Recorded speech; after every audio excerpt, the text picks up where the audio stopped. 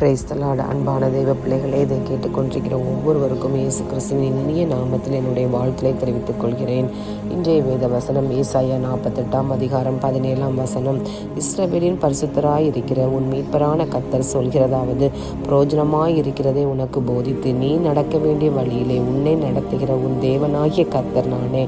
அன்பான தெய்வ பிள்ளைகளே, அருமை இரட்சகர் நமக்கு அருமையான ஒரு வேத வசனத்தை நமக்கு தந்திருக்கிறார். எவ்வளவு ஒரு அருமையான வேத வசனம்! கர்த்தரே அவர்கள் வாயினால் சொல்கிறார், பிரயோஜனமாய் இருக்கிறதை உனக்கு போதிப்பேன் என்று. ஆண்டவராகிய இயேசு கிறிஸ்து நமக்கு நடக்க வேண்டிய வழியை சொல்லித் தருகிற ஒரு அன்பு தகப்பன் நமக்கு உண்டு என்பதை நாம் ஒரு நாளும் மறந்துவிடக்கூடாது.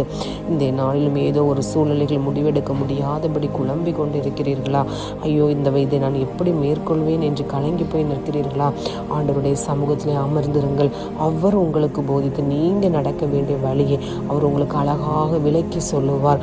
நாம் வேத வசனத்திலே பார்க்கிறோம், சங்கீதத்திலே பார்க்கிறோம், நான் உனக்கு போதித்து நடக்க வேண்டிய வழியை உனக்கு காட்டுவேன், உன்மேல் கண்ணை வைத்து ஆலோசனை சொல்லுவேன் என்று சொல்கிற தேவன் நமக்கு உண்டு.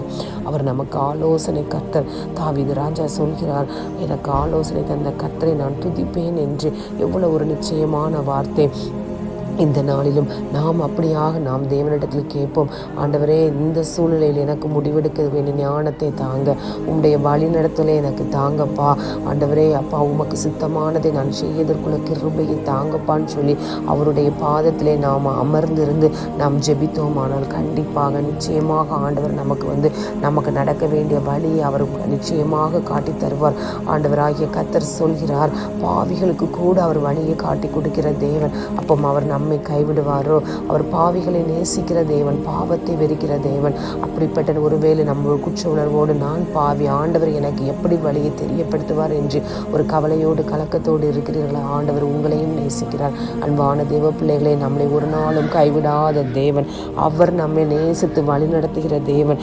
அதனால் இந்த நாளிலும் ஆண்டவரே, அப்பா, நான் நடக்க வேண்டிய வழியை, நான் எடுக்க வேண்டிய முடிவை நீங்கள் எனக்கு போதித்து தாங்க என்று அவருடைய சமூகத்திலே அமர்ந்திருந்து கேட்போம். ஆனால் கண்டிப்பாக நிச்சயமாக ஆண்டவர் நமக்கு வழி நடத்துவார்.